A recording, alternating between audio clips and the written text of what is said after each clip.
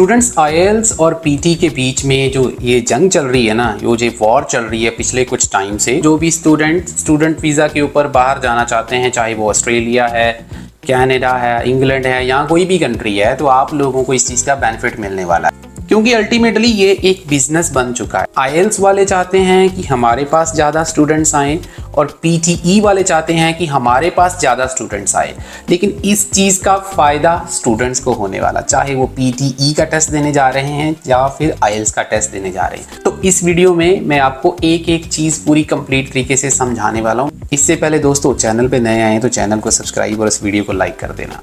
चलिए आज की वीडियो को स्टार्ट करते हैं। तो सबसे पहले हम बात करेंगे आईएलटीएस की। स्टूडेंट्स, जैसे कि आप लोग जानते हैं, आईएलटीएस जो है वो 35 ईयर्स से चल रही है। अगर हम बात करें इस टेस्ट की रिलायबिलिटी की, तो एक ज़माना होता था जब सिर्फ आईएलटीएस ही एक ऐसा टेस्ट था जिसको एक्सेप्ट किया जाता था स्टूडेंट वीज़ा के लिए। तो अगर हम आईएलटीएस रिक्वायरमेंट की बात करें तो 2017 तक अगर कोई भी स्टूडेंट +2 करा है उसने, तो उसकी जो बैंड रिक्वायरमेंट थी वो थी ओवरऑल 6 बैंड, लेकिन 5.5 मिनिमम बैंड रिक्वायर्ड थे। और अगर कोई स्टूडेंट ग्रेजुएट था तो उसकी जो रिक्वायरमेंट थी ओवरऑल 6.5 बैंड थी, not less than 5.5 band in each module.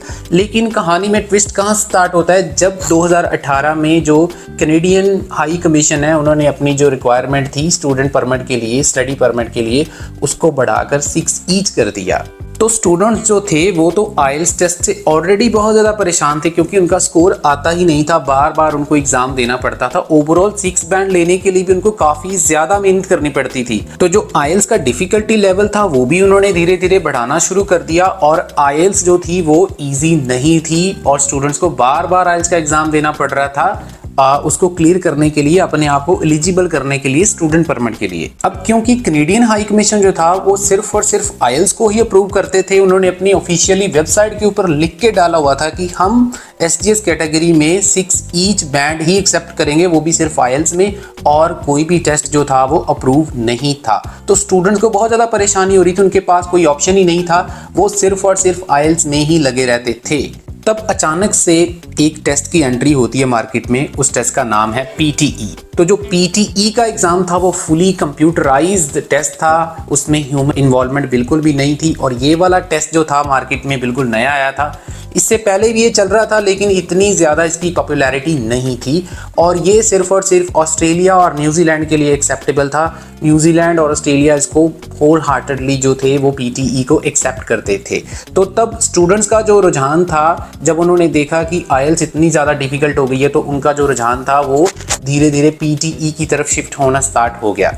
तो तब कनाडा के कुछ कॉलेजेस थे, उन्होंने पीटीई के ऊपर स्टूडेंट्स को एडमिशन देना स्टार्ट कर दिया, और जब स्टूडेंट्स ने अपनी फाइल जो थी एम्बेसी के पास भेजी, तो एम्बेसी ने उसको अप्रूव करना भी शुरू कर दिया। लेकिन इतना ज़्यादा सक्सेस रेट नहीं था, लेकिन फिर भी हम मान सकते थे कि 40-50% जो था पीटीई का सक्सेस रेट था। लेकिन उसकी जो स्कोर की रिक्वायरमेंट थी वो हमेशा ज़्यादा थी, और 54 और 55 अगर आपका स्कोर होता था, जिसको हम 6 ईच बैंड मान सकते हैं, तब जाके आपको जो था कनाडा का वीज़ा अप्रूव हो जाता था। अगर मैं बात करूं डेटा के अकॉर्डिंगली, तो अगर मैं बात करूं 20 और 21 में बहुत ज़्यादा वीज़ाज दिए गए थे पीटीई के ऊपर। इवन 19 में भी काफ़ी सारे वीज़ाज जो स्टूडेंट्स को मिले थे सिर्फ और सिर्फ पीटीई के ऊपर। तो जैसे ही मार्केट में ये चीज़ थोड़ी स्प्रेड होनी स्टार्ट हुई कि पीटीई को भी अब जो कनाडा है वो एक्सेप्ट कर रहा है, तो उसकी पॉपुलैरिटी थोड़ी और बढ़नी स्टार्ट हो गई।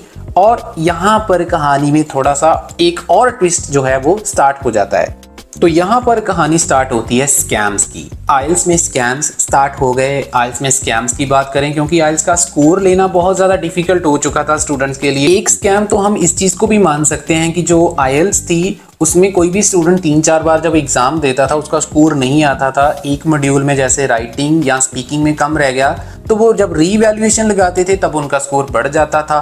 तो मतलब कहीं ना कहीं आईएलटीएस जो था वो भी इनजस्टिस कर रहा था स्टूडेंट के साथ, जो डिजर्व करते थे वो स्कोर उनको नहीं दे रहा था। और दूसरा जो स्कैम था वो ये था कि जिनके बैंड बिल्कुल भी नहीं आ रहे थे, वो स्टूडेंट्स क्या कर रहे थे, वो किसी ना किसी तरीके से आईएलटीएस के बैंड परचेज कर रहे थे। कहीं ना कहीं मार्केट में ये चीज़ भी चल रही थी कि पैसे देकर आईएलटीएस का जो एग्ज़ाम है वो किसी तरीके से परचेज कर लेते। ये सब चीज़ें बहुत ज़्यादा चल रही थी मार्केट में, जिसकी वजह से जो था वो सब कुछ चेंज होने वाला था। कुछ समझ में नहीं आ रहा था कि ये कैसे पॉसिबल है, इतना बड़ा टेस्ट है इंटरनेशनल लेवल का, कैसे लीक हो सकता है या कैसे इसको कोई बंदा परचेज कर सकता है। ये सारे जो डाउट्स थे, क्वेश्चंस थे, वो सारे जो डाउट्स क्वेश्चन हाई कमीशन के पास जा रहे थे। और दूसरी तरफ अगर हम पीटीई की बात करें, वो भी कोई कम नहीं था। पीटीई में भी स्कैम स्टार्ट हो गए थे, क्योंकि जो पीटीई के 2 एडिशन चलते थे, एक होम बेस्ड एडिशन था और दूसरा जो था वो आपका सेंटर बेस्ड एडिशन था। होम बेस्ड एडिशन जो था उसमें बहुत सारी चीजें थी, इन्वॉल्वमेंट होती थी किसी थर्ड पर्सन की और वो टेस्ट कोई और दे देता था, ऐसी कुछ बातें चलती रहती थी, जिसकी वजह से पीटीई के ऊपर भी डाउट्स जो थे वो एम्बेसी को या हाई कमीशन को आने स्टार्ट हो गए। तो अभी थोड़ी टाइम पहले एक स्क्रीनशॉट भी बहुत ज़्यादा वायरल हुआ, जिसमें कोई हाई कमीशन की तरफ से कोई मेल आया था जिसमें लिखा हुआ था कि अब जो पीटीई है उसको हम एक्सेप्ट नहीं करेंगे। और वो मेल में कोई ऑथेंटिसिटी थी या नहीं थी, ये सारी चीज़ें जो भी चल रही थी मार्केट में, मतलब कहने का ये है कि ये सब कंफ्यूजन बन गया था, कुछ समझ में नहीं आ रहा था। और धीरे धीरे जो पीटीई का सक्सेस रेट था कनाडा के लिए वो थोड़ा डाउन होना स्टार्ट हो गया। तो अभी कल या परसों जो सीआईसी, उनकी कनाडा की इमिग्रेशन की जो न्यूज़ वगैरह एजेंसी पब्लिश करती है, उन्होंने अपनी साइट के ऊपर लिख दिया कि पीटीई का 60 स्कोर जो है वो एक्सेप्टेबल है और 4 नए टेस्ट जो हैं वो एक्सेप्ट करने जा रही है Canadian high commission for the processing of study permit and other categories. तो उसमें जैसे ही वो चीज़ आई, उसके बाद एकदम से आईडीपी की तरफ से एक अपडेट आता है। वो अपनी ऑफिशियल वेबसाइट के ऊपर एक वीडियो डालते हैं, उसमें वो कह रहे हैं, क्लेम कर रहे हैं कि अब जो आईएलटीएस है उसमें ओवरऑल 6 बैंड जो है वो स्कोर एक्सेप्ट किया जाएगा। तो अब हम कंक्लूजन पे आते हैं। तो अब ये जो जंग चल रही है ना स्टूडेंट्स, इस जंग के बीच में आप लोगों को काफ़ी ज़्यादा फायदा मिलने वाला है, क्योंकि आपको पता है जब 2 दुकानें एक ही कैटेगरी की एक दूसरे के सामने खुल जाती हैं तो हमेशा जो कस्टमर होता है उसको हमेशा फ़ायदा होता है। तो आप लोगों को फ़ायदा मिलने वाला है, क्योंकि अगर हम आइल्स की बात करें तो आइल्स में इसका लेवल कहीं ना कहीं उनको थोड़ा डाउन करना पड़ेगा। आपको पता, थोड़ी देर पहले उन्होंने रीटेक 1 मॉड्यूल भी स्टार्ट किया, ऑस्ट्रेलिया में चल रहा है, इंडिया में भी बहुत जल्दी आ जाएगा। और पीटीई जो है उसका स्कोर 60 कर दिया, उसको एसडीएस कैटेगरी में लेके आए हैं। उससे भी काफ़ी ज़्यादा स्टूडेंट जो पीटीई कर रहे थे, और कहीं ना कहीं उनके लिए भी ये राहत भरी खबर है कि अब वो भी एसडीएस में उनको फंड्स वगैरह नहीं दिखाने पड़ेंगे।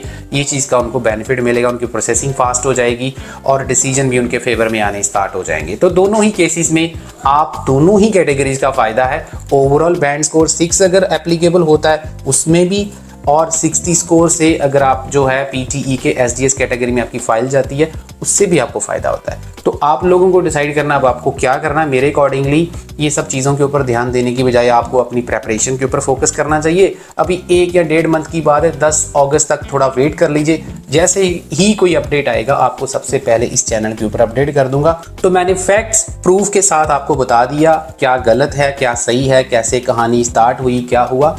अगर आपको ये इन्फॉर्मेशन थोड़ी सी भी इन्फॉर्मेटिव लगी है तो इस वीडियो को लाइक कर देना यार, और चैनल को जरूर सब्सक्राइब कर लेना। ऐसी वीडियोस आपके लिए लेके आता रहूँगा। और किसी भी स्टूडेंट को ऑनलाइन क्लासेस चाहिए तो आपको नंबर स्क्रीन के ऊपर दिख रहा है, आप मेरे साथ कांटेक्ट कर सकते हैं। Thank you so much.